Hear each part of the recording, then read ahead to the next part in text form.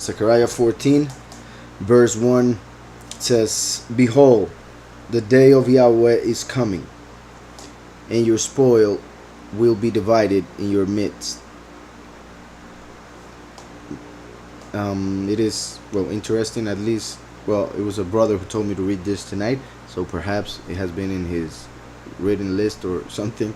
But as you guys may know, we have the Spanish ministry, and we do study 3 days a week, and we are reading Isaiah, John, and Genesis right now. So we have been seeing throughout those books how the Almighty is showing us that, well, how close we are to the day of Yahweh, how close we are to that millennium, that Shabbat that we are about to experience, in which the enemies of Yahweh will be destroyed and burned. So this is what this chapter is about. And it says, "Behold, the day of Yahweh is coming, and your spoil will be divided in your midst." In Genesis 49, we read about the blessings that Jacob gave to his children, and through those blessings, Jacob, or Yahweh through Jacob, gave us a prophecy regarding the end times. And when it comes to Benjamin, which is the last son of Jacob, he was called a wolf. And it says in his blessing, which is in Genesis 49 verse 27, Benjamin is a ravenous wolf. In the morning, meaning the beginning of the day of Yahweh, in the morning he shall devour the prey, and at night, by the end of the millennium, and also by the end of the week of Daniel, the 7 years, and at night he shall divide the spoil. So we are reading in Zechariah, "Behold, the day of Yahweh is coming." To Yahweh, 1 day is 1,000 years. So, well, to men, 1,000 years in the eyes of Yahweh are as a day.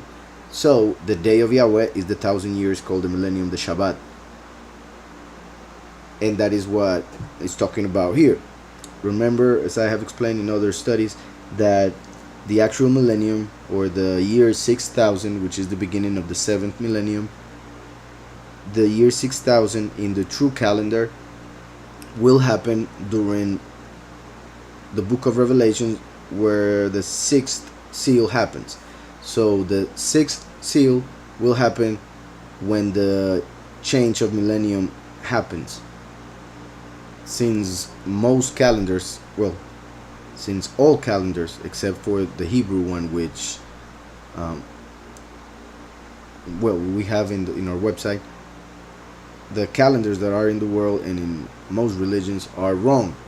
So that is one of the reasons why the Messiah said that he would come as a thief in the night, and also why no one would know the day or hour, and many other reasons. And as we read, I'll explain those parts. But in this case, my point is that the day of Yahweh, the 1,000 years, the millennium, will start during the 7 years called the last week of Daniel, from the book of Daniel chapter 9. So the end will be happening, and then the day of Yahweh will start. And just to confirm that, we can go to the book of Revelation 6, close to the end, on verse 12. It says, "I looked when he opened the 6th seal, and behold, there was a great earthquake, and the sun became black as sackcloth of hair, and the moon became like blood, and the stars of heaven fell to the earth, as a fig tree drops its late figs when it's shaken by a mighty wind. Then the sky receded as a scroll when it's rolled up, and every mountain and island was moved out of its place. And the kings of the earth, the great men, the rich men, the the commanders, the mighty men, every slave and every free man, hid themselves in the caves and in the rocks of the mountains, and said to the mountains and rocks, fall on us and hide us from the face of him who sits on the throne, from the wrath of the Lamb. For the great day of his wrath has come, and who is able to stand? So we see that on the sixth seal, which is pretty much on the third year of the last seven, the day of Yahweh will begin. So we see, open the sixth seal, meaning the world by this time would have been already through the first seal, which is the start of the ministry of the two witnesses. The second seal which is war. The third seal, which is hunger, spiritually mainly. And then the fourth seal, which will be death, pretty much, of the fourth part of humanity. Then the fifth seal, when the martyrs who are in paradise will receive a body, but that is hidden from humanity's view. And then the sixth seal, when there is a change of millennium, when we begin the day of Yahweh, which is what we are reading on Zechariah 14. So I'm just trying to show where it will begin and how it will start during what people call the apocalypse. And I say like that because people call it apocalypse, thinking of destruction, death, doom. But apocalypse means revelation. So it is when everything will be revealed and no one will be able to fool themselves anymore, pretty much. So going back to Zechariah 14, behold, the day of Yahweh is coming on the sixth seal, and your spoil will be divided in your midst. As we read in Genesis 49 regarding Benjamin. Benjamin was the last son of Jacob, and therefore he represents the last who would come at the end times, the 144,000, the last generation. So it says Benjamin, which means the son of my right hand. So it represents the 144,000 who accept Messiah, who is sitting at the right hand of the Father. So Benjamin is a ravenous wolf, which is interesting for many reasons. One of those, the fact that when Mashiach came, he came as a lamb. Now the last and the 144,000 will be seen as wolves. So far has society basically gone astray from the truth, that they call good evil and evil good, and therefore when they see the second manifestation of the Almighty on earth, they will see him as a wolf, as a thief. So that is one of the interesting things regarding the words that are used here. But other than that, when what we are reading in Zechariah 14, it is interesting how here it says, in the morning, I repeat, by the sixth seal, when the beginning of the 1,000 years will happen, he shall devour the prey. The Almighty will destroy the wicked that are on earth on the sixth seal. And then on the seventh seal there are 7 trumpets. Then the 144,000 will be taken from this reality, or all of that destruction, on the 7th trumpet, which is the last trumpet. And then the last 7 plagues, when all the evil men of the world will be destroyed. So then it says, and at night he shall divide the spoil. Like I said, as a thief in the night, the spiritual night is the end times. And also we can, if we were talking about only the 1,000 years, obviously the night would be the end of it. And the end of the night, or the end of the 1,000 years, is when Gog and Magog will come against Israel, and Yahweh will save his people by bringing fire from heaven and destroying that army. Right after that, judgment, the final judgment will start, and during that judgment, the second death will happen, obviously to those who are condemned to the lake of fire, and Yahweh will make a new heaven and a new earth. So going back to Zechariah, I will try to go a little bit quicker. Behold, the day of Yahweh is coming, and your spoil will be divided in your midst. For I will gather all the nations to battle against Jerusalem. What I just mentioned.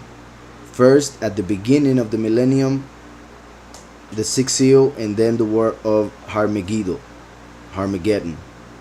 That war of Armageddon will be at the beginning of the 1,000 years.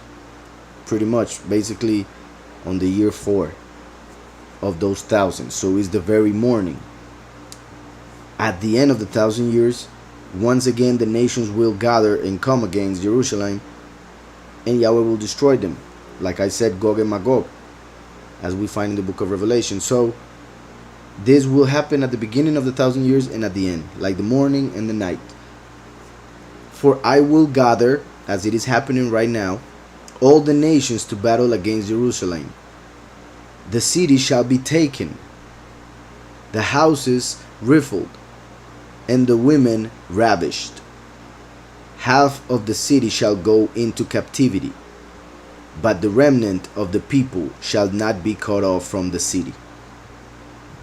There are many other parts of scriptures where we find that when the abomination of desolation appears on earth, which is pretty much the false Messiah, when he appears on earth, is when Yahushua said in Matthew 24, Luke 17, Mark 13, that those who are in Yehuda must go to the wilderness, to the mountains, because those who are in the city will die by hunger, and those who come out will die by the sword.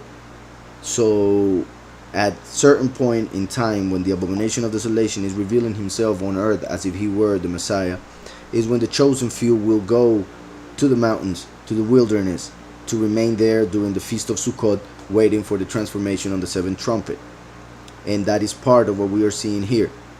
And that is also interesting, as we would see in Matthew 24 and what I just mentioned, because most Jewish people believe that most of this has already happened. So now Jerusalem will be protected against everything. A lot of people believe this. And when this happens, obviously, they will be caught by surprise, because they are not expecting this to happen when Mashiach said that it would happen. Even Christians, many Christians believe that it already happened, talking about what happened on the year 70. And of course, there was a destruction there, and all of it that we see in prophecy kind of happened as a reflection of what would happen at the end times. That is why there are people who say that the book of Revelation already happened in the year 70, which obviously is completely wrong. So, half of the city shall go into captivity, but the remnant of the people, not the city, the remnant of the people, that is the 144,000, the chosen few, shall not be cut off from the city. There will always be Jerusalem. Jerusalem means teaching of peace. Those who follow the teaching of peace, those who fulfill the Torah according to the truth, those are the real Jerusalem. Then I'll continue. Verse 3. Then Yahweh will go forth. Then, so after that destruction, it says, Yahweh will go forth and fight against those nations. And he fights as he fights in the day of battle. There are a couple things here, depending on where we basically place the prophecy or the fulfillment of it. As I always explain, every prophecy has at least 3 fulfillments. One during the time it was given, which is pretty much a reflection, a microcosm of what the macro will be at the end, the ultimate fulfillment at the end times. So there is one at the time it is given, on the other extreme at the end times, and one in the middle most of the time, as in, for instance, what I just said regarding the year 70, and what happened also with the Greek Empire before Mashiach came. That was another small reflection of the last week of Daniel, like a prophetical, I repeat, microcosm. So we read here, then Yahweh will go forth. When it comes to the second coming, after everything that happened in the year 70 and everything that has been happening, and that Mashiach said that would happen, like rumors of wars and disasters through nature all around the world, and different plagues like the locust that is happening, and other things, of course, on our side of the world. All of that are signs of what is coming. And through that, in the middle of all that tumult that is happening in the world, Yahweh will manifest again. However, in Christianity, they don't believe that he will manifest on earth, so they are not expecting that. That's why it will take them like a thief in the night. That's why they will not recognize his manifestation. And when it comes to Jewish people, since they reject Messiah, even though they are a little bit closer regarding the interpretation of certain things, since they don't have Mashiach, and therefore they have not received the Ruach HaKodesh through Mashiach, through their belief in Mashiach, then they are not able to see the truth of scriptures, so they will accept the wrong one. At least those who are not real Yahudim. They will accept the beast as if it were Mashiach. And then they will use the false Messiah to fool the Christians. So, Yahweh will go forth. Like I said, while everything is happening on earth during the end times, Yahweh will manifest. But then, another interpretation, the last, which is that second manifestation, will be killed, resurrect, gather the 144,000, the remnant, take him to the prepared place, and after 1,260 days, as it is written in Revelation 12, he will come on Revelation 19 and fight in the war of Har Megiddo. So that also points to that moment. Yahweh will go forth and fight against those nations that will gather against him, as he fights in the day of battle, like the day of wrath. 4. And in that day his feet will stand on the Mount of Olives, as he stood there and spoke one of the most important words ever,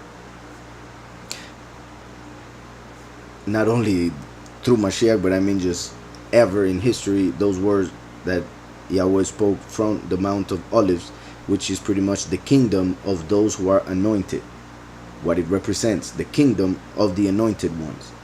And who are anointed? Those who accept Mashiach, the anointed one. Mashiach, that's what it means. Also, the olives, when it comes to the minimum of that word olives, is 2, right? And the 2 olive trees are mentioned in Zechariah 4 and then in Revelation 11, when Yahweh reveals the coming of the 2 witnesses. So Jewish people are expecting this in a kind of different way. They are expecting Mashiach. Well, some of them, they have many opinions, different doctrines, just like in Christianity. But some of them believe that when Mashiach comes, he will come from heaven and stand on the Mount of Olives. And well, what we are about to read. But it will split open, and then those who are dead will resurrect. Pretty much they believe that those who are in that mountain will resurrect first before every other person in the world, and they see it as a huge blessing to be buried in the Mount of Olives. So if you go to Jerusalem nowadays, you'll see a huge cemetery. That's what it is now. They made it a huge cemetery, and I cannot imagine how much money they have to pay to be buried there, as if that land or that location will have any importance in their justification, which obviously makes no sense. So many will resurrect from there to be rejected by Mashiach, which is not what they are expecting. and pretty much because they rejected Mashiach first, of course. So it goes beyond the location, or beyond being part of the dust that is in the Mount of Olives. So in that day his feet will stand on the Mount of Olives. Interestingly also, as I was saying, the two olive trees are the two witnesses, and they are represented by the feet of Mashiach, just as the statue that the king of Babylon saw in Daniel 2, whose feet were the end times, the last kingdom, whose toes were 10 toes that represent 10 kings, and the feet were a mix of clay and iron. In this case, Mashiach, his feet, the end times, when he manifests, the feet also represent the good news of the kingdom, the true doctrine. So in that day his feet will stand on the Mount of Olives, which faces Jerusalem on the east, and the Mount of Olives shall be split in two from east to west, making a very large valley. Half of the mountain shall move toward the north, and half of it toward the south. It is believed that the reason, or what Yahweh will be doing here, is to make a spot for the New Jerusalem, which will descend from heaven. As we see at the end of the millennium, at the end of the 1,000 years, Yahweh will bring the New Jerusalem from heaven, and he will place it on this spot. So the Mount of Olives will open up and make a spot for the New Jerusalem to come down there. Also, the fact that it is saying this, and like I said, the New Jerusalem will come down at the end of the 1,000 years, then this that we are reading could ultimately happen at the end of the 1,000, when the Gog and Magog will be destroyed by fire that comes from heaven, and then the New Jerusalem will come down after the Mount of Olives splits. Obviously, another possibility is in Har Megiddo, that Mashiach will split the Mount of Olives open and leave it as a valley until the New Jerusalem comes down at the end of the 1,000 years. So at the end it says, in that day, meaning the day of Yahweh, and also in the most specific way, the day that Yahweh finally destroys the nations that gather against him. So in that day his feet will stand on the Mount of Olives, which faces Jerusalem on the east, and the Mount of Olives shall be split in two from east to west, making a very large valley.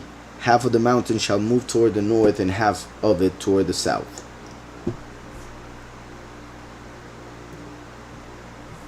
Verse 5. Then you shall flee through my mountain. Then you shall flee through my mountain valley. For the mountain valley shall reach to Azal. Yes, you shall flee, as you fled from the earthquake in the days of Uzziah, king of Yehudah. This is interesting. This is confirming one of the interpretations that I was mentioning earlier, how there will be some, the chosen few, who will have to flee. That is the second Exodus. When the destruction is approaching Jerusalem, those who accept Mashiach will know that there is one day when the abomination of desolation appears, that the 144,000, the chosen, will have to flee. As it says here, as you fled from the earthquake, like when the abomination of desolation appears, in the days of Uzziah of Yehudah. It is interesting that he's mentioning Azal and Uzziah, because it's very the names are very close. Let me see in Hebrew for a moment. Well, one is Atzal.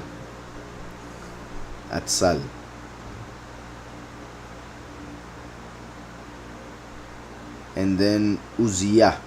Uzziah is the strength of Yahweh, or Yahweh is my strength. And let me see a side for a moment.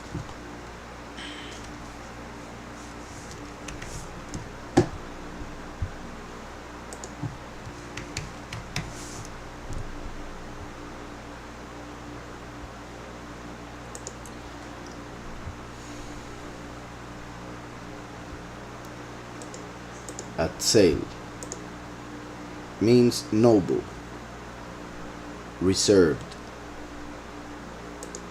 Therefore, what we are reading here, because as you guys know, the meanings of the names are key when it comes to one of the interpretations of what we are reading. Obviously, the literal interpretation, the names are mentioned to know the areas, the geographical places. In this case, when it says Etzal, while Uzziah, the actual person that went through it, but the names, the meaning of those names represent something that Yahweh is trying to tell us through what he's saying right here. So I will read it with the meanings. Then you shall flee through my mountain valley. This is very interesting also, because one of the interpretations, like I said, Mashiach himself, it is believed that will come down, place his feet because of this chapter, and the mountain will split in two. However, like I also said in another interpretation that is more spiritual, the feet of Mashiach are the two witnesses. Or, and it's not even saying Mashiach, he's saying Yahweh here. So in this case, the 2 feet of Yahweh would be the 2 witnesses.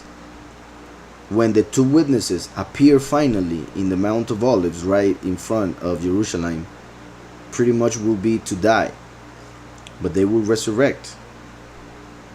And this is so interesting, because if we go to Revelation 11, let's go for a moment to Revelation 11, we read that it says, verse 11, now after 3.5 days the breath of life, and well, just to confirm what I said earlier before in this same chapter, verse 4, Revelation 11:4, it says, these are the 2 olive trees and the 2 lampstands, as in feet, standing before the Elohim of the earth, meaning Yahweh. So to simplify it, 2 interpretations. One, the 2 witnesses appearing in Jerusalem before dying. Those are the feet of Yahweh on the Mount of Olives. The other interpretation, once first and last become one, and therefore Yahweh on the flesh, he will appear at the end of the 1,000 years, after Gog and Magog are destroyed, and place the New Jerusalem where Yahweh wants. So those are 2 interpretations, but let's focus on the first one, which is basically that which is closer to our time. As we just read, the 2 witnesses are 2 olive trees that stand, because they are lampstand. So as the feet. Then we see on verse 11, now after 3.5 days of being dead, the breath of life from Yahweh entered them, and they stood on their feet. Once again, and great fear fell on those who saw them. This will happen in Jerusalem.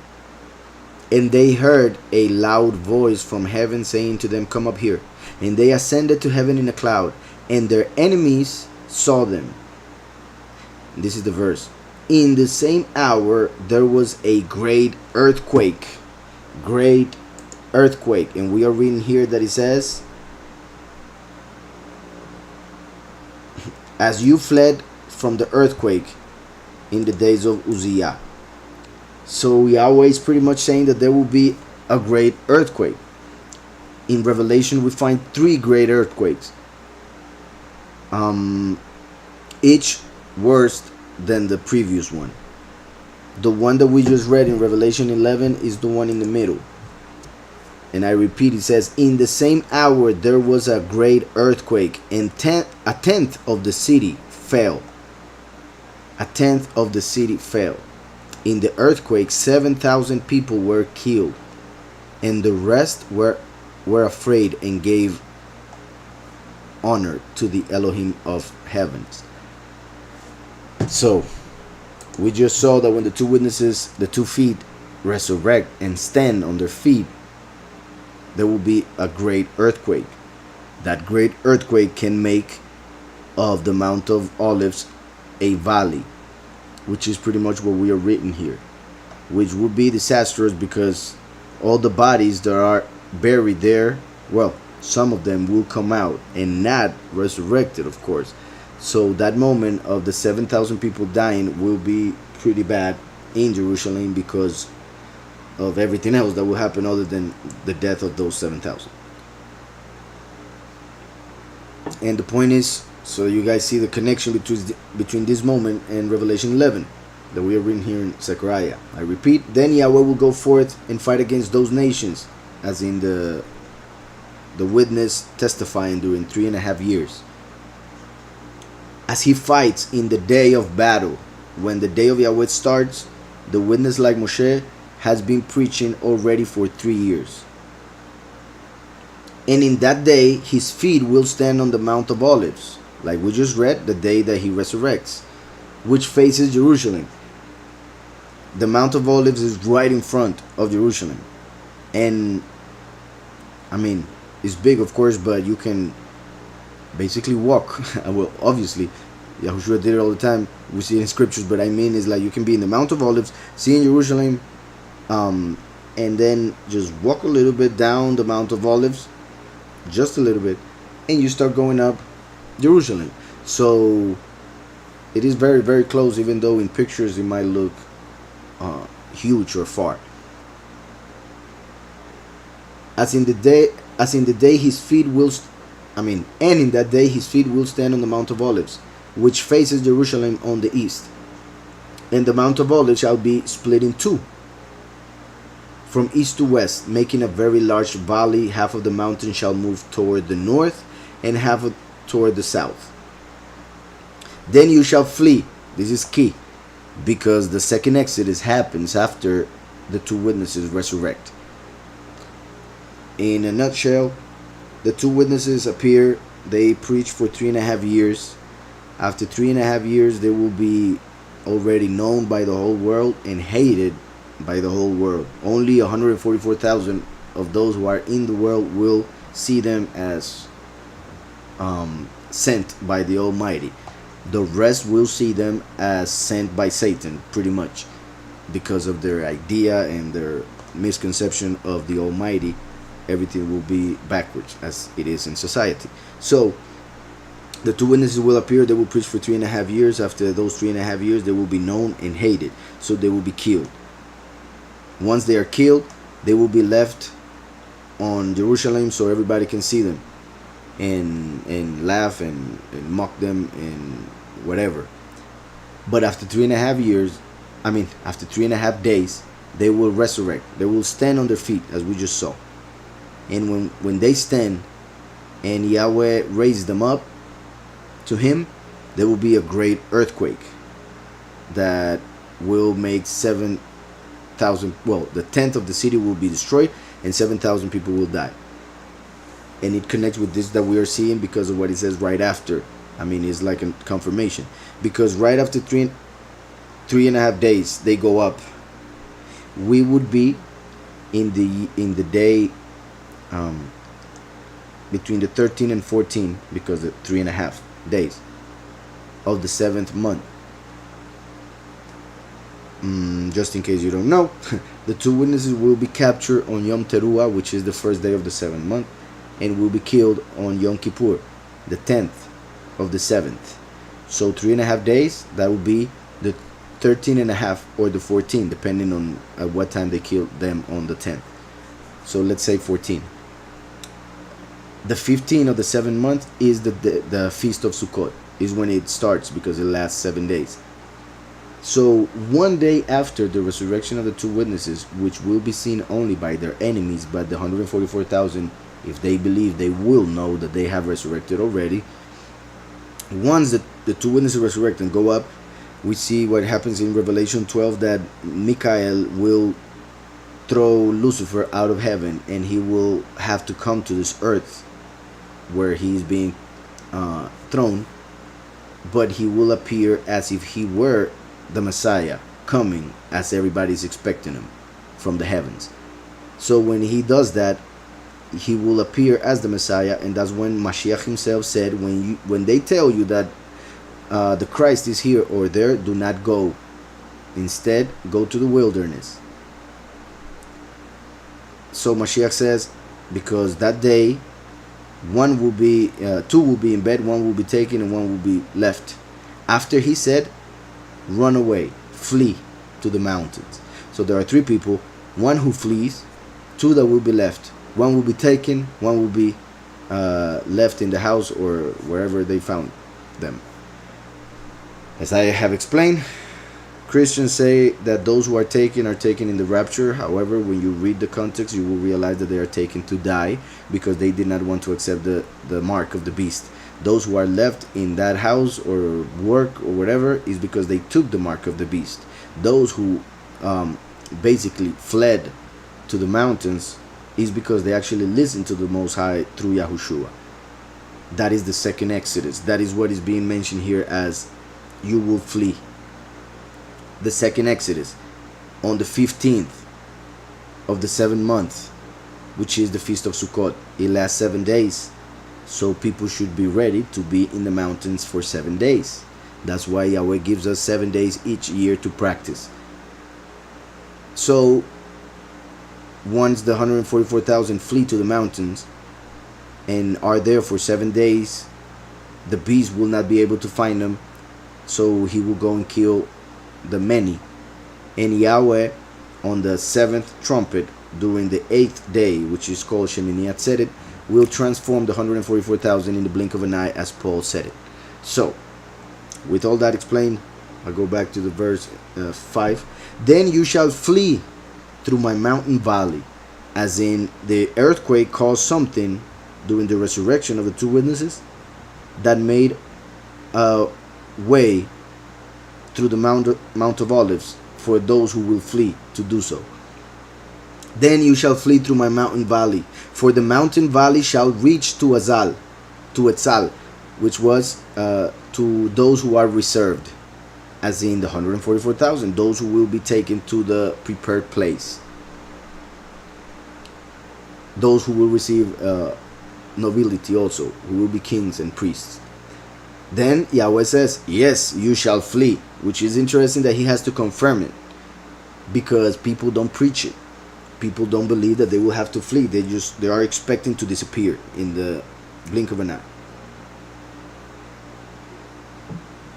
Yes, you shall flee as you fled from the earthquake, which connects with the great earthquake of Revelation 11, which will cause that valley, in the days of Uzziah, king of Yehudah, as in once the last who received the strength of Yahweh through Yahushua, who strengthens us.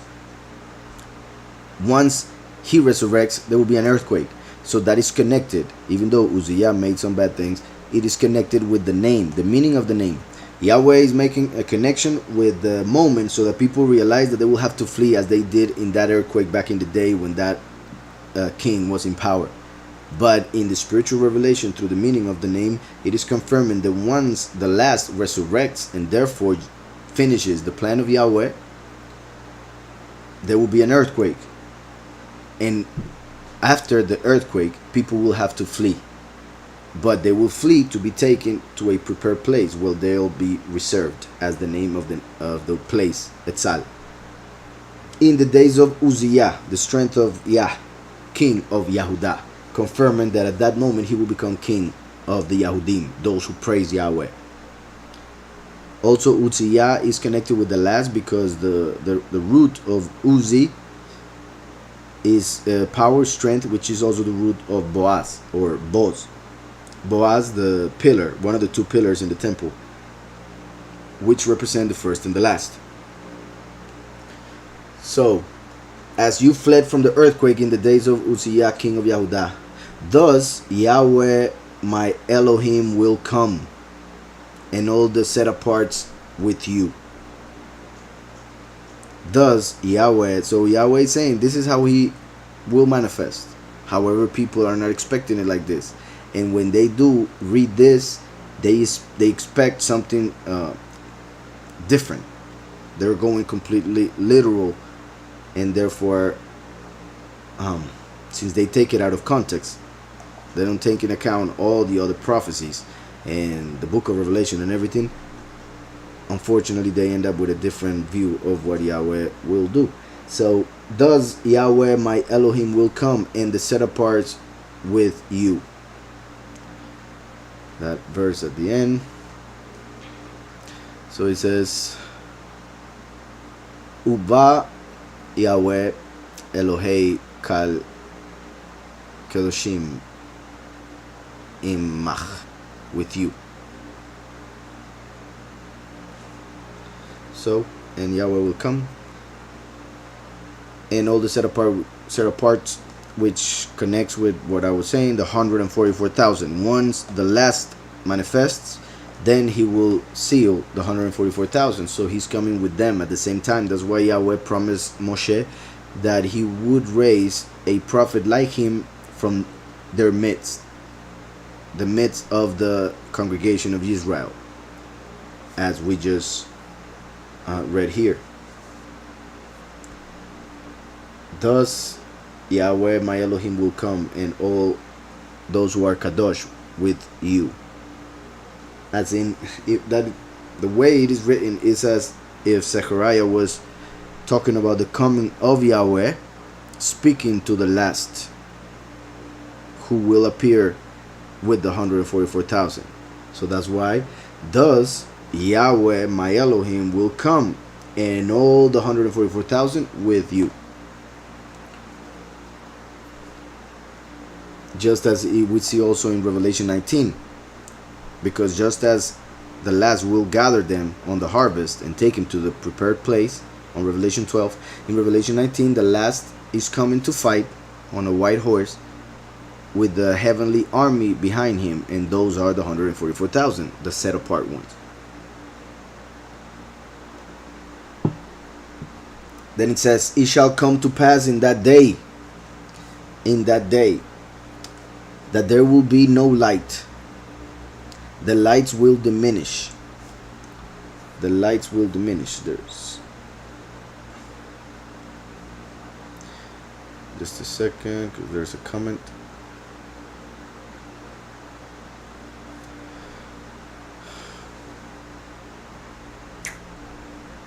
Shall be in the day. Okay, let me see if there are questions. This valley is where Armageddon is going to be, or is other valley? It's a different valley. It's close, but it's different. The valley is actually called like that, the valley of Har Megiddo. And also there's the valley of Yehoshaphat, which is pretty much it.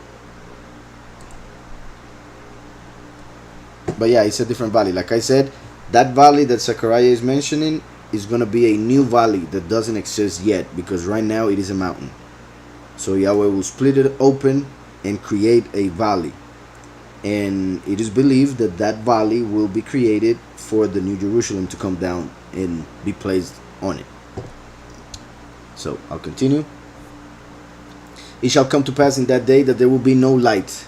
As we have seen in the book of Revelation, there are 3 parts during the seals, trumpets, and last plagues, that the light of the sun, the moon, and the stars will be taken away completely for a while, and then partially forever. Well, for the time of the end. So we can connect this to several parts. However, the way it is explained here is very interesting, and it's pretty much speaking about the time in which we will go from the reality of time to the reality of eternity. That switch from this reality to the other will be very interesting, and it's kind of like what we are seeing here. I repeat the verses. It shall come to pass in that day that there will be no light. The lights will diminish. It shall be one day which is known to Yahweh, neither day nor night, but at evening But at evening time it shall happen that it will be light. So it is kind of confusing perhaps. Yahweh is saying there will come a day when light will not come out. But when the time of night comes, that's when the light will come out. And there are many ways to explain this. First, pretty much saying when the end time comes will be as night. But then the Son of Justice will manifest. And in the middle of that darkness, there will be light. Another interpretation, when we go from the darkness that will cover the earth as written in the prophecies of Jeremiah and Isaiah, for instance, darkness will cover the earth again during that 1,000 years. But then Yahweh will create a new heavens and a new earth. And when he does that, even though there will be a sun and a moon, the light that will shine on the chosen will be that of Mashiach. Therefore, it is pretty much saying when we go from the 7th millennium to the 8th millennium, from the temporal reality to the eternal reality, we will go from something that is darkness, even when there is light, because we're talking about physical light. We're going to go from a reality that is dark to a reality that is pretty much made of light itself, eternal. Because Yahushua is the eternal life, and Yahushua is the light. So light is life. Therefore, this world of death is darkness, even though we see the illusion of light in the physical. So it shall come to pass in that day that there will be no light. Also, another connection when we talk about 24 hours. Because right now I've been talking about a moment in history, a prophecy being fulfilled by Yahweh as it is connected to these words. However, if we were to see it as a 24-hour day, it is very interesting. We see in scripture a moment when Yahushua ben Nun, meaning Joshua, he's known as Joshua, when he stopped the sun and the moon for a whole day. And it is written that that was a unique day. There hasn't been a day like that, nor there will never will be a day like that ever. It was unique. But that day that was unique and was only known by Yahweh, and right now also because it is written in scriptures and we have to believe through faith when we read it that it happened. It is a unique day, so unique that that event is not believed by most, in the sense that they claim that something else happened other than what is written, because they don't have enough faith, or because they believe in men and what men says, and since scientifics would say that that is impossible, then they claim it is impossible, so it has to mean something else. So there are many issues regarding that, but my point is that that was a day that only Yahweh knew, that happened because of the word of Yahushua, who was fighting, who was given that name to represent the Mashiach, and was fighting against a nation that Yahweh promised that at the end of times he will completely destroy. So what we are reading here is pretty much a moment of time in which there will be a war. Yahushua will be fighting, the true Yahushua, not the representation, the son of Nun, meaning, well, the Messiah, because obviously he was a true Yahushua also. That was his name given by Yahweh. So there will be a time when there will be a war, as in the time of Joshua, and Mashiach will be fighting as Yahushua against the worst enemies of Israel, as in that time also. And the authority, the power that would have been given to Mashiach at that time will be such that he would manifest through the triumph that he will receive in that war. In the word of Joshua, he stopped the sun and the moon in order to have enough light and time to kill his enemies. Obviously this time that wouldn't be the reason, but he would have pretty much that same authority. If he wanted to, he will be able to do so. The point is that there will be a day in which Yahweh will give such authority to Mashiach for him to win the war. In that day, there will be a change in nature, as it happened when Joshua did that. There will be a change in nature that is only known to Yahweh. I repeat it, it shall come to pass in that day that there will be no light. The lights will diminish. We see in Jeremiah that the earth will be covered by darkness again because of what will happen during the end times. Also, we see that in the sixth seal, which is the beginning of the day of Yahweh, the sun will turn black and the moon blood, and the stars will fall. Then it will get a little bit fixed, but during the trumpets, a third part of the sun and the moon and the stars will darken. Their light will be taken away, so the world will become darker than it is. And then in the plagues, darkness will fill the kingdom of the beast, and then the sun will be able to kill people with heat. So it will be dark and hot. Then comes the war of Harmegiddo, and in that war, obviously Yahweh will give the power to Mashiach to end the war and to win the war and bring light to the world, finally, after all the darkness, as the war that happened with Joshua when he stopped the sun and the moon. So, with all that said, I read again. It shall come to pass in that day that there will be no light. The lights will diminish. It shall be one day which is known to Yahweh, which connects it to that of Joshua. Neither day nor night, which connects it to that of Joshua, because it was night, yet there was light. And in the other part of the world, there was supposed to be day, yet it was night. So, all backwards. And there are many stories around the world, actually like 10 or 11 stories around the world that confirm that day of Joshua. It shall be one day which is known to Yahweh, neither day nor night, but at evening time it shall happen that it will be light. The fact that he just said, thus Yahweh my Elohim will come and his Kadoshim with you, brings us to Revelation 19. All this that we are seeing here. Verse 8, and in that day it shall be that living waters shall flow from Jerusalem. In that day, that is talking about the whole day of Yahweh, 1,000 years in which everything will be finished, and all the prophecies, and then the new world will begin. So, and in that day shall be that living waters, the living waters of Mashiach. Mashiach himself said that he is the water of life, and if we believe in him, living waters will come out of us. So it's pretty much speaking of the spirit of truth, spirit of favor.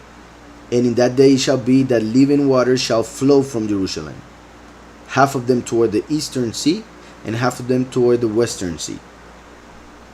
Jerusalem, well, the new Jerusalem will come down. We saw that the Mount of Olives split open, and from east to west, and the waters will go, half of them toward the eastern sea and half of them toward the western sea, as in first and last, the manifestation of the first who came from the east, and the manifestation of the last who comes from the west. Wisdom and understanding, first and last. In both summer and winter it shall occur. Summer and winter, once again, first and last, as in representing the feasts of the beginning of the year and the feasts of the end of the year. And Yahweh shall be king over all the earth at that time, and that confirms the whole thing that I've been saying. If we go to Revelation 19, I guess we're going to have to do it since I already mentioned it like 100 times. Revelation 19, we read that it says, verse 11, now I saw heaven open, and behold a white horse, and he who sat on him was called Faithful and True, and in righteousness he judges and makes war. His eyes were like a flame of fire, and on his head were many crowns. He had a name written that no one knew except himself. He was clothed with a robe dipped in blood, as in Isaiah 63. The coming of the last, dressed in red, as if he was from the people of Rome, as a Roman, as son of Esau, Edom. So it says he was clothed with a robe dipped in blood, and his name is called the Word of Yahweh. His name is called the Word of Yahweh. So the Word of Yahweh is not the Bible, as many claim. The Word of Yahweh is the name of the Messiah. That's why it's so important. That's why it is the sword. That's why we must confess the name of Messiah, Yahushua, because that is the word of Yahweh. Yahweh wants us to be saved. That's why that is the word of Yahweh. Yahushua, Yahweh saves. So he was clothed with a robe dipped in blood, and his name is called the Word of Yahweh. And the armies in heaven, clothed in fine linen, white and clean, those are the set apart ones, followed him on white horses. Now out of his mouth goes a sharp sword, that with it he should strike the nations, as we are reading in Zechariah 14. And he himself will rule them with a rod of iron.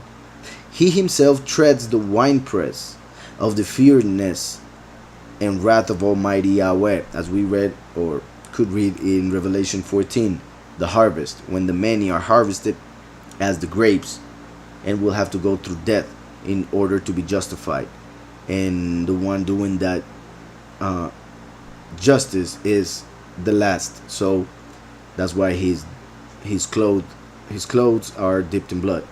Now out of his mouth goes a sharp sword, that with it he should strike the nations, and he himself will rule them with a rod of iron. That's why he comes as a Roman iron, spiritually, meaning in Daniel we see that the metal iron represents Rome. He himself treads the winepress of the fierceness of wrath of Almighty Yahweh, and this is key. And he has on his robe and on his thigh a name written, King of Kings and Sovereign of Sovereigns. King of Kings. Yahushua, when he came as the first, he came to become the Kohen Gadol, the high priest. That's why he gives us forgiveness of sins. That's why he's the lamb that was sacrificed for our sins. Normally the Kohanim, or the priests, would sacrifice an animal for the people. They would only do the service. However, the Kohen Gadol, the true high priest, came and offered himself for us. Now the second manifestation of Yahweh on earth comes as king. That's why until he dies and resurrects, he comes or appears as the King of Kings, as we see in Revelation 19. And then this is connected, as I was saying, with what we are reading in Zechariah 14, because it says, and Yahweh shall be king over all the earth, as we just saw. King of Kings, rod of iron to rule the nations with it. And Yahweh shall be king over all the earth. In that day it shall be, Yahweh is one, and his name one. Yahweh is one because he came as the first, and his name one because he came as the last. But at this moment the first and last become one, as prophesied in Ezekiel 37. So first and last will become one, because as we saw in Isaiah, there are 3 verses in Isaiah in which Yahweh said, I am the first and I am the last. I am the first and I will be with the last. So Yahweh is one, as we read in Deuteronomy 6. But when he made this creation, he made this creation in twos. So when he himself decided to manifest on earth, he would have to do it according to the rules that he created, in which he created this world. So since in this world everything is separated in twos, his own manifestation had to be separated in 2 times, first and last. So he himself is saying in Deuteronomy, I am one. But through history, he became first and last, so that at the end of his plan, he will become one again, when the first and last become one, as we see here. In that day shall be that Yahweh is one. What does that mean? Yahweh is one since ever, as it is written, as one commandment, actually, the first commandment, Yahweh is one. So what does it mean? that he who is one in this reality manifested as two people to give testimony of the Father in the same way, to confirm that testimony as true, because the scripture says that to confirm any truth we need a testimony of at least two men, and a third one, which is Elijah. So this is key. We are seeing that Revelation 19 is the moment when finally first and last manifest as one, and that's why the name will be one, as we just read in Revelation 19. Only he knows his name, and his name is called the Word of Yahweh. So, and Yahweh shall be king over all the earth. One of the reasons why Jewish people don't believe in Mashiach Yahushua is because they were expecting these things with him. Or, they expected Yahushua to fulfill these things. They didn't understand the two manifestations. They didn't understand that he came to save, not to bring judgment. He came to save. Now, Yahweh is manifesting to bring judgment. Yahushua came to bring mercy, because if Yahweh would manifest to bring judgment without mercy being available, then everybody would be killed, destroyed. So many people do not believe in Mashiach because he did not fulfill the things that are to be fulfilled through the last at the end times. So Yahweh shall be king over all the earth. In that day he shall be. Yahweh is one, and his name one. That is a very important verse. Vehaya Yahweh lemelech al kal haaretz, and he will be Yahweh as king over all the earth. Bayom hahu, in that day, Yahweh echad, will be Yahweh is one. Ushmo echad, and his name one. The reason why he mentions the same thing twice, because his two manifestations will finally be one. Everybody will know him by his one name, the true name, not whatever name they wanted to make up or invent, create, or use, because in some cases they didn't create it. It was just the name of a false Elohim, as Baal when they call him Lord, for instance. So that day it shall be Yahweh is one. No longer will people worship any other entity or idol.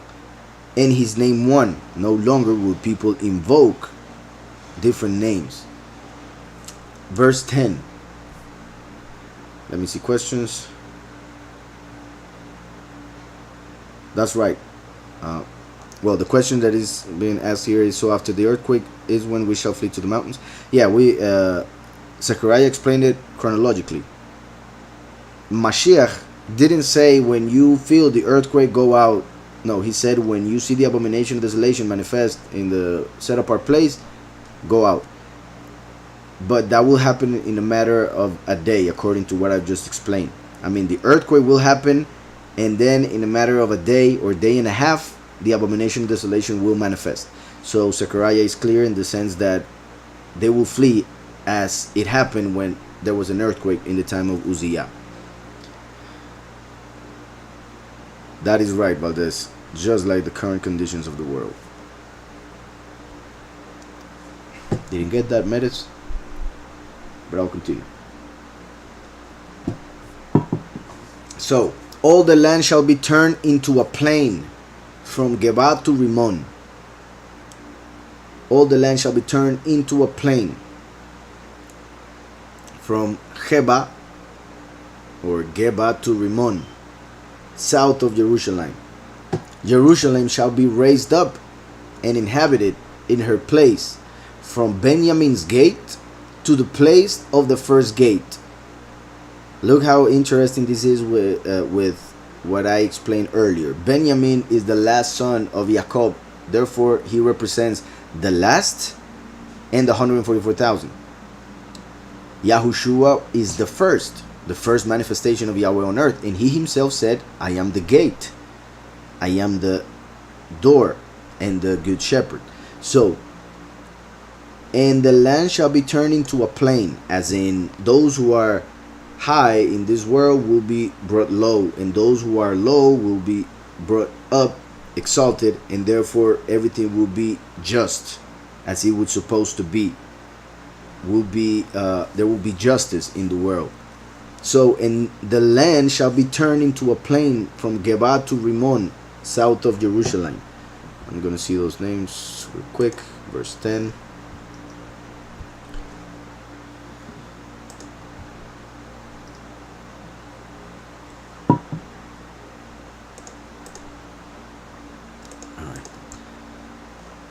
Geba means hill, high place, and Rimmon means pomegranate, which is a fruit from Israel and represents the kingdom. It is interesting that it has a crown and inside is red, as the last comes in red to get the crown. So, in all the land shall be turned into a plain from the hill, so meaning the hills will become a plain. Those who are high will be brought low. To Rimmon, to the pomegranate, meaning all the kingdoms will be brought low before the kingdom of Yahweh. All the kingdoms of the earth, all the people who are exalted will be brought low in order to accept Yahweh as king. They will have to bend their knees and confess with their tongues that Yahushua is sovereign. So all the land shall be turned into a plain from the hill to the pomegranate. From those who are high will come to the kingdom. Jerusalem shall be raised up and inhabited. Confirming, because it is actually a mountain. So it could be taken in the literal sense that it will become higher. However, the point is what I was just saying. Jerusalem will be the high part, the kingdom, while the rest of the world will be connected and have to bring tribute to Jerusalem.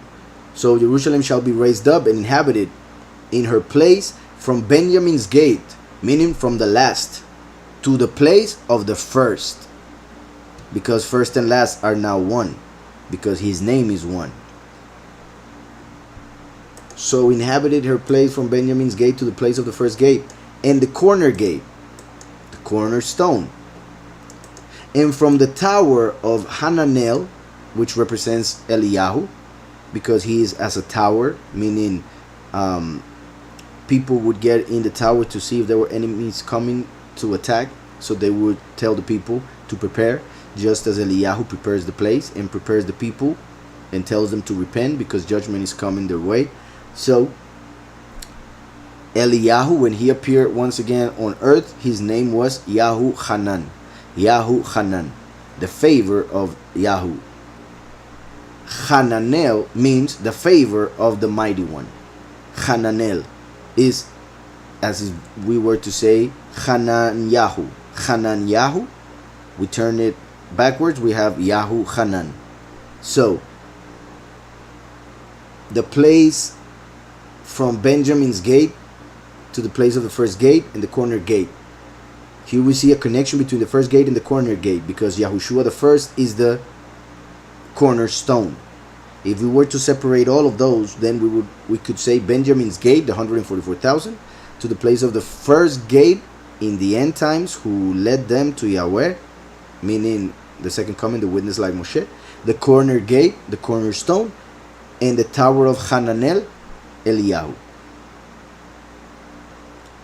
But in the beginning, I think it's easier to simplify it as Benjamin's gate, representing the second coming, the last, witness like Moshe. The first gate and the corner gate, Yahushua HaMashiach. The cornerstone, the first, the gate. And the tower of Hananel, the witness like Eliyahu, Hananyahu, Yahuhanan. So Benjamin, the first, and Hananel, meaning the witness like Moshe, Yahushua the first, and Eliyahu.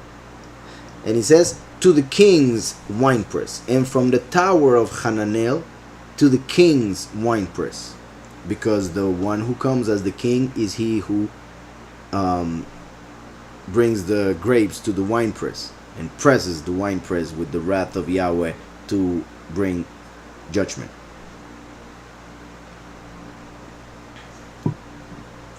The people shall dwell in it, as in the many will live as the people of Israel, the chosen. The people shall dwell in it, and no longer shall there be utter destruction. Finally, after Armageddon, there will be no destruction, no war. Even though I already said Gog and Magog, when they gathered to war against us, at that time we won't have to do anything, because Yahweh will destroy them with fire in an instant. So no longer shall there be utter destruction, but Jerusalem shall be safely inhabited. Some people expect this to be happening right now, and that's why when Yahweh makes some miracles, or they are protected through their technology, which is ahead of most nations, they claim is the Almighty protecting them. Obviously sometimes it is, but my point is that they expect that protection to remain now, but it won't. There will be a moment when Jerusalem will be destroyed, and he's asking for it by all the falsehood that is within it.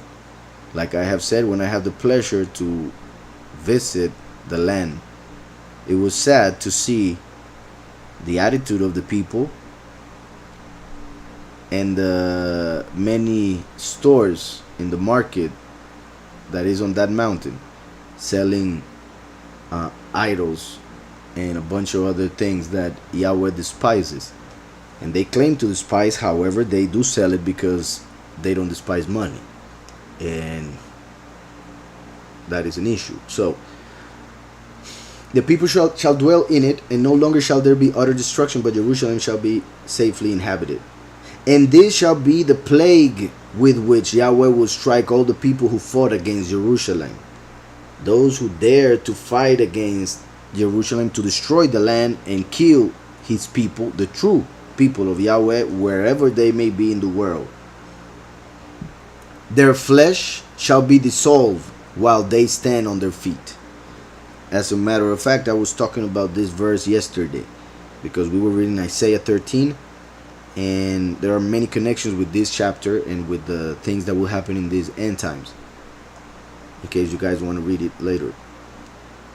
Their flesh shall be dissolved while they stand on their feet. The heat will be so much that people will be destroyed even while they stand. The bodies won't touch ground before they are dissolved. Their flesh shall dissolve while they stand on their feet. I find it interesting. Well, it says decay. Also, another interpretation says decay. Let me see the word that it uses in Hebrew. Verse 12.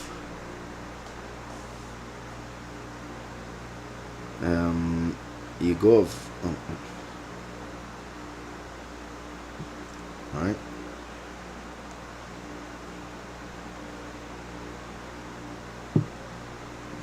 All the nations that fight against Jerusalem, says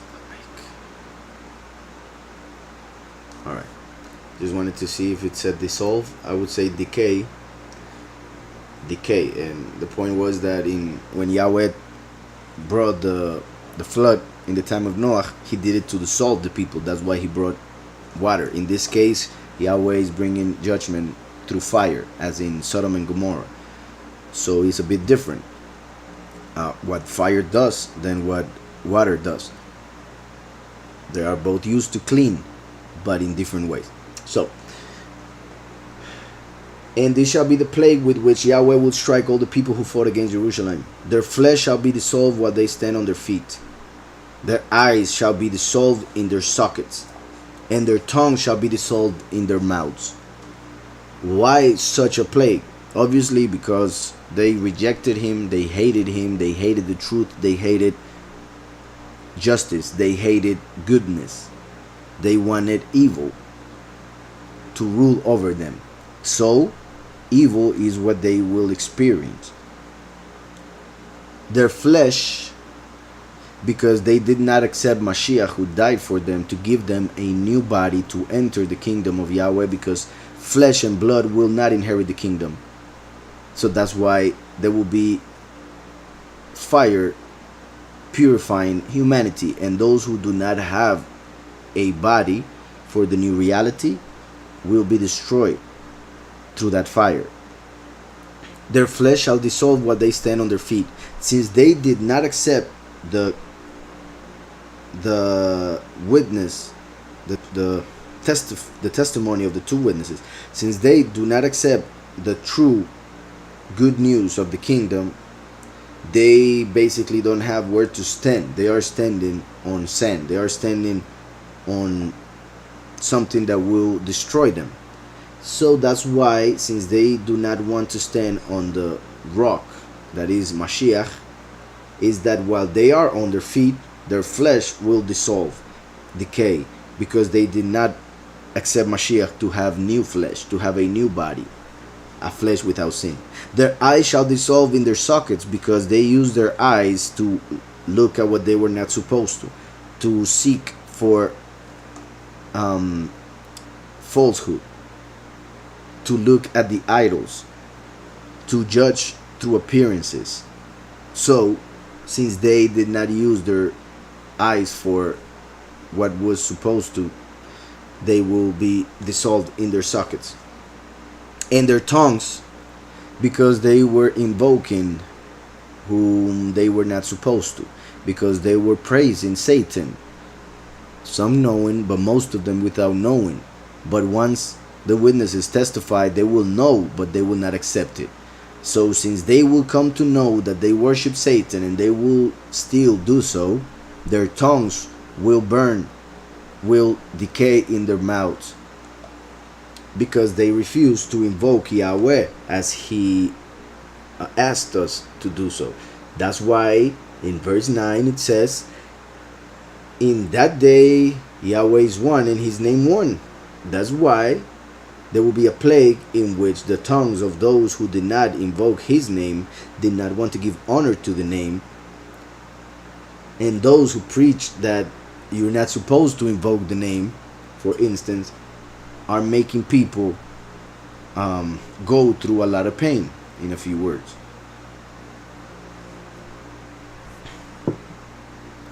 Let me see here. It says, just like it says on John 3:17 and John 5:22, he says he did not come to judge but save. And then he says the Father gave him authority to judge. Had me confused, but here explained it. That's great. That's great. Yeah. Yahushua many times, and mainly in the book of John, which is the two verses that you mentioned are from John. As I was explained, the whole New Testament shows literally how Mashiach manifested the first time, but spiritually how he will manifest the second time. So John does that. So that's why Yahushua many times says things regarding his first coming, and then things regarding the second manifestation of Yahweh on earth. And that may become confusing because of the fact that he says, I won't judge, and then he says that he was given all judgment, first and last. He comes to save and then to judge. In a few words also, because there's a lot of things to say about it. So I'll continue. Verse 13. It shall come to pass in that day that a great panic from Yahweh will be among them. This is interesting because through the years, through history, because of the sins of our people, Yahweh has placed a panic or a fear within his people, so that they become by pretty much those who worship Satan. And I'm just being very open, but it is what it is. My point is that those who are of this world have the things of this world easily, while those who are part of the other world kind of have a hard time in this world. The people of Israel, because of our sins, Yahweh placed a fear in us to become servants of the nations, as it happened in Egypt. And for instance, those who were slaves in the United States, I've heard some comments of some people in our time saying that they find it hard to believe that old and few white people could be able to hold and control so many strong black people in bondage. However, they don't understand the spiritual factor, which is that fear which was in their spirit, in their soul. And just giving that as an example for many other things. So even though some of us may be able to grow economically or in influence politically or whatever, in most of the times, unfortunately, because of politics and everything, they end up being used by others who do not follow the truth. But my point is that our people, those who follow the truth, have been as slaves for hundreds of years.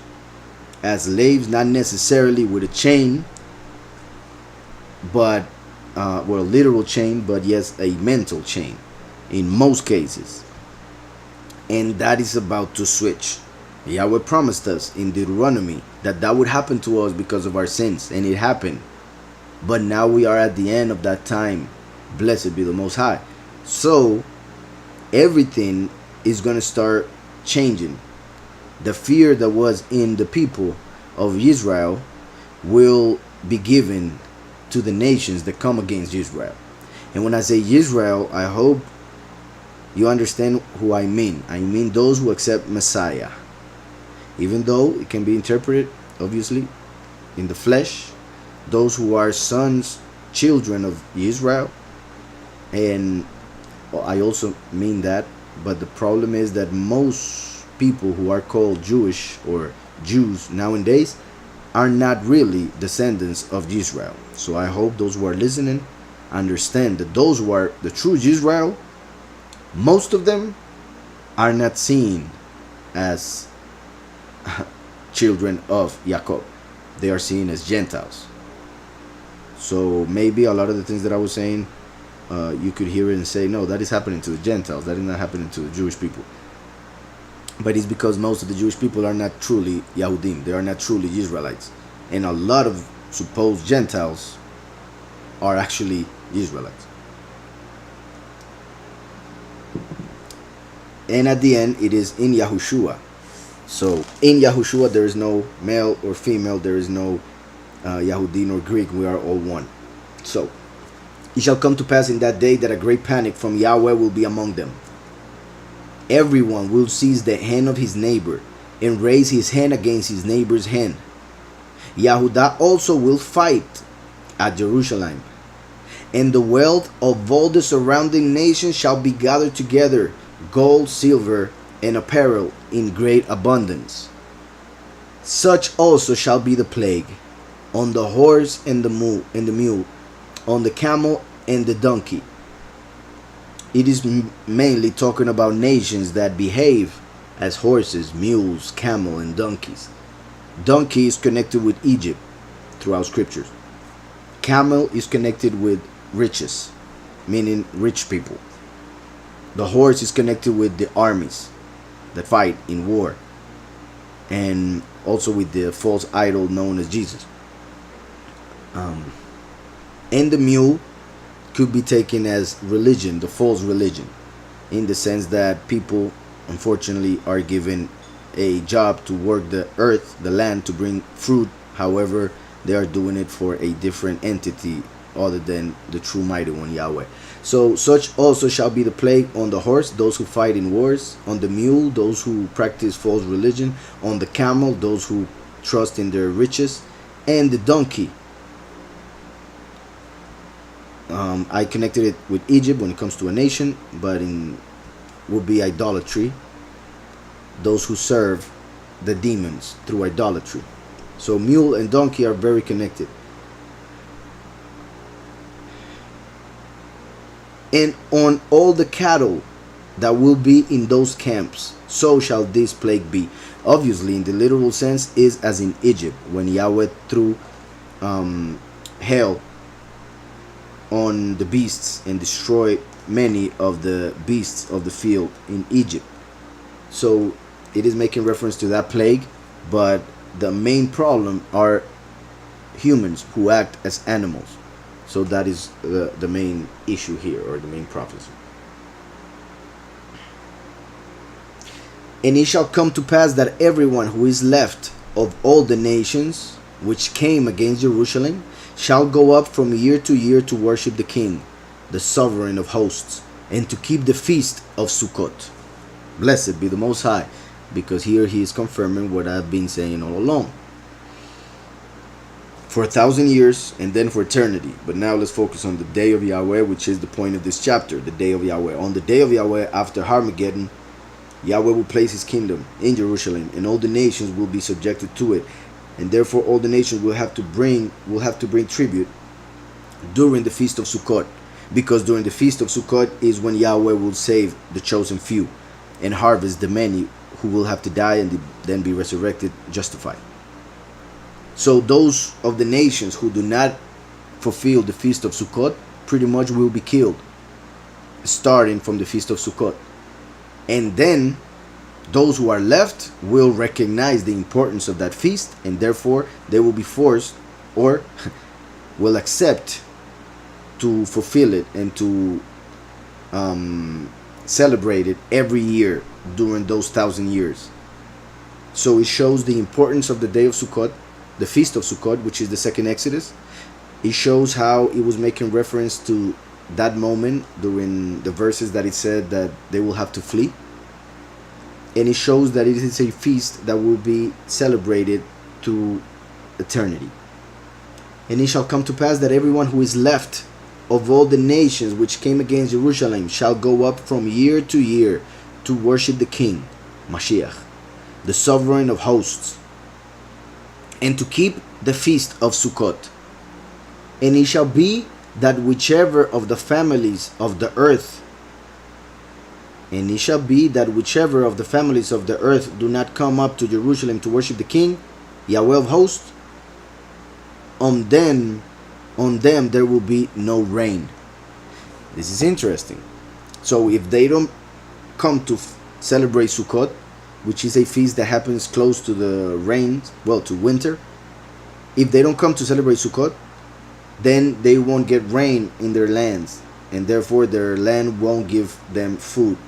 So they will have to come and celebrate, otherwise they will have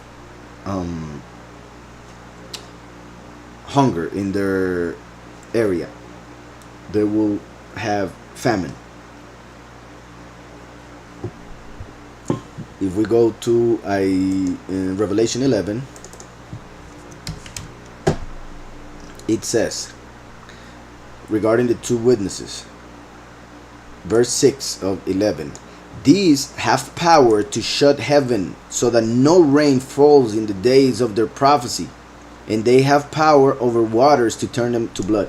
So they have of the two witnesses, one is the king that is being mentioned in Zechariah. So of the two witnesses, one is the king. Both of them have power to stop rain. Mashiach is Kohen Gadol, the high priest at the right hand of the Father. So he is right here hidden. But on earth will be the last, the king. So high priest, Melech Gadol, first and last. Through first and last being one, heaven and earth will be connected and will be one, as Yahweh's name will be one and he will be one. But right next to the king will be Eliyahu, who will be his priest. So Kohen Gadol, Melech Gadol, and Kohen. His priest will be Eliyahu. They both will have power to stop rain. So people around the world will have to come and give honor to the people of Israel, to the people of Jerusalem, the 144,000, and to the witness like Eliyahu, and the witness like Moshe, which is king. That's why it says this here. It says, and it shall come to pass that everyone who is left of all the nations which came against Jerusalem shall go up from year to year to worship the King, Yahweh of hosts, and to keep the feast of Sukkot. And it shall be that whichever of the families of the earth do not come up to Jerusalem to worship the King, witness like Moshe, the second manifestation, who will become one with Mashiach, who is at the right hand of the Father, Yahweh of hosts, on them there will be no rain. So we see the connection between the king and the rain. If they don't honor the king, they won't receive rain, because the king gives them the teaching, the rain gives them the food. They need to understand the clear connection between the teaching as the spiritual food that they actually need. If they reject the spiritual food, they won't receive material food. In this world, physical food comes through work and through through the time you put in work. They give you money and you go and buy food, or you can work the land and it will give you food, because Yahweh makes rain for both just and evil. But at that time, it won't be so. The spiritual food will be needed for everything else. So unless they come for the spiritual food, they won't be able to get the physical food. Unless they give honor to Yahweh, then they won't be able to continue living in his world. So this is very important. And it shall be that whichever of the families of the earth do not come up to Jerusalem to worship the King Yahweh of hosts, on them there will be no rain. If the family of Egypt, confirming what I was saying about slavery, about the donkey, about this world, if the family of Egypt will not come up and enter in, they shall have no rain. They shall receive the plague with which Yahweh strikes the nations who do not come up to keep the feast of Sukkot. This shall be the punishment of Egypt, representing everyone in the world who is in a false doctrine.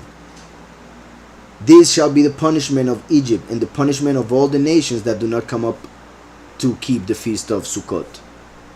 In that day, set apartness to Yahweh shall be engraved on the bells of the horses. That is verse 20. It says, Vayom Hahu, in that day, al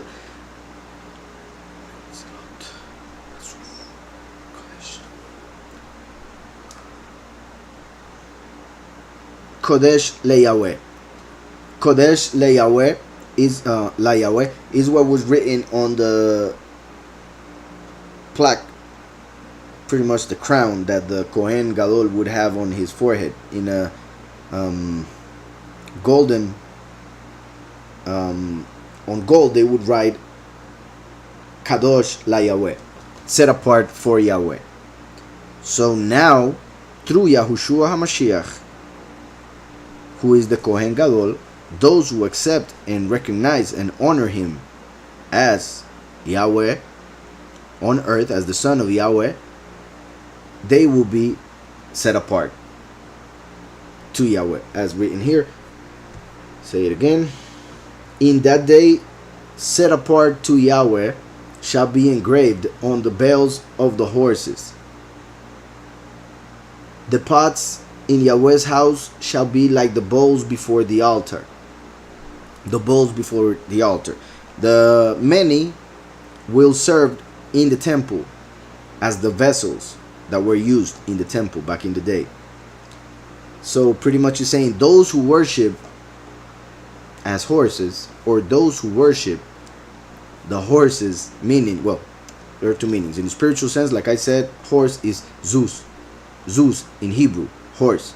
That's why Jesus can be interpreted as behold the horse. Jesus, behold the horse, could be interpreted that way because of the meaning of the word Zeus in Hebrew. So it is connected with idolatry of the false name and the false image, because as you guys know, if you hear the name Jesus, you already make an image in your head and everybody knows what that image looks like. So that is not Mashiach. Therefore Jesus is not Mashiach. We need to know the real name, and that is Yahushua, who doesn't have an image attached to it other than what we read in scriptures, and obviously his face at the right hand of the Father, which is not the point.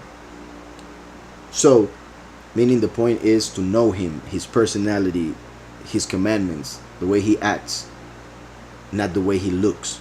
That is the important part, the way he acts. So, it says here, in that day set apartness to Yahweh shall be engraved on the bells of the horses. Then in that time, horses won't be used for war. They will be used to go to Yahweh.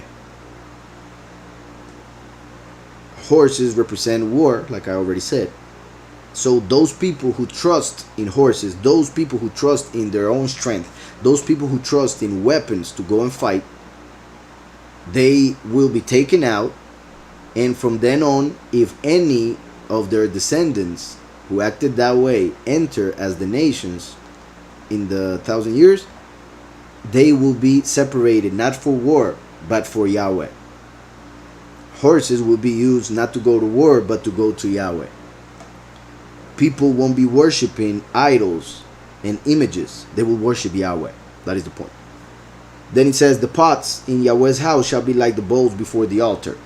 It is interesting that the many will be killed during the Great Tribulation. Their blood will be spilled on earth through the 7 bowls of wrath. So each of the bowls of wrath will be filled with the blood of the righteous.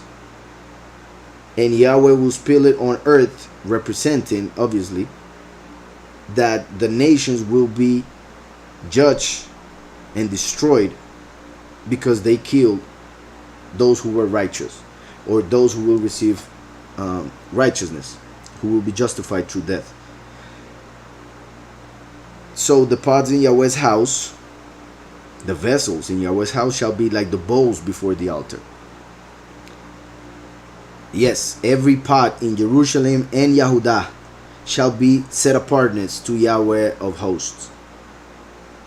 Meaning both the few and the many will be completely set apart for Yahweh. No longer will there be the possibility for them to sin and be separated from Him. Instead, we all will be separated for Him instead of from Him. Yes, every pot in Jerusalem and Yehudah shall be set apartness to Yahweh of hosts. Everyone who sacrifices shall come and take them and cook in them. In that day there shall no longer be a Canaanite in the house of Yahweh of hosts. No longer will there be falsehood, neither people who are not true Israelites. True believers need to grow somehow, obviously through the will of Yahweh. Okay, I'll explain that and then we'll close and see it. You will find a lot more, I think, than what I am going to say right now. But verse 35 to 37 says, I'll read from 34. Yahushua said to them, my food is to do the will of Him who sent me and to finish His work. Verse 35. Do you not say there are still 4 months and then comes the harvest? Behold, I say to you, lift up your eyes and look at the fields, for they are already white for harvest. Yahushua was talking to them spiritually, while they were imagining He was talking literally. Yahushua was talking about the spiritual harvest of those who believe in Yahweh through Yahushua. Yet they were thinking about the actual wheat and other type of food that is harvested. So Yahweh is telling them, because of the whole context, Yahushua was talking about His teaching and the works that He needed to do. They were thinking that He needed to eat. So that was the whole confusion in the previous verses. So that's why Yahushua said to them, my food is to do the will of Him who sent me and to finish His work. That is what satisfies Him. That is what satisfies Messiah. To do the job. To fulfill the ministry. Do you not say there are still 4 months and then comes the harvest? These 4 months can be connected to the 40 Jubilees. 4 months as 40 Jubilees, which are 2,000 years. From Yahushua to the end of times. So Yahushua is pretty much, in a way, basically saying, you say that there are still a bunch of time till the end happens. However, I tell you, the end already started. Like I always say, it is interesting to read the book of Revelation when Yahushua said, I am coming quickly, or the time is now, or how the apostles speak about the end times having started 2,000 years ago. So it's hard to understand that the end started 2,000 years ago and we're still here. But that is when we think of it or about it with our flesh, because to Yahweh one day is as 1,000 years. And if we read Hosea, the book of Hosea, we will see that chapter 6, we will see that there would be 2 days, meaning 2,000 years in between the first and the second coming. So Yahushua is kind of talking about all of that and a bunch of other things more in the same words. So he says, "There, do you not say there are still 4 months and then comes the harvest? Behold, I say to you, lift up your eyes and look at the fields," in a spiritual sense, "for they are already white for harvest." He was saying, people are ready. You need to go and preach to them. "And he who reaps," meaning the last, "receives wages and gathers fruit for eternal life." In this case, I said the last when it comes to the end times. But when it comes to what he was telling the disciples, he was telling them, go and preach. Go and get harvest. And then you will get a payment for it when you are resurrected. "And he who reaps receives wages and gathers fruit for eternal life." Here we see that he wasn't talking about wheat or physical food. He was talking about spiritual. That's why he says, gathers fruit for eternal life. "That both he who sows," Yahushua the first, "and he who reaps," the witness like Moshe, who is the last, "may rejoice together," may become one. First and last become one. Ezekiel 37, you can read it. And like we read it in Zechariah 14, just some minutes ago. Yahweh said, "In that day Yahweh shall be one, and his name one, because in time he would be two, first and last." So that's why it says here, that both he who sows and he who reaps. That's why the harvest happens in Revelation 14, after the death and resurrection of the last. After having preached the true good news, the true doctrine to the 144,000. Well, to the whole world, but only 144,000 will accept it. Yahushua said that he is the seed that had to come and die alone in order to give much fruit. The last is the branch. So the first came as the seed, who became the root. Then came the congregation. And at the end comes the branch to give fruit. So he who reaps receives wages and gathers fruit for eternal life, that both he who sows and he who reaps may rejoice together. For in this the saying is true, one sows and another reaps. This is huge. Yahushua is here saying that he came to sow and the last comes to reap, but people don't get that for some reason. Well, the reason is they don't read scriptures. Second reason, they don't accept the name, therefore they don't receive the Spirit, which means they are not being given the understanding of what they are reading, if they actually read. So one sows, another reaps, first and last. That is the point of that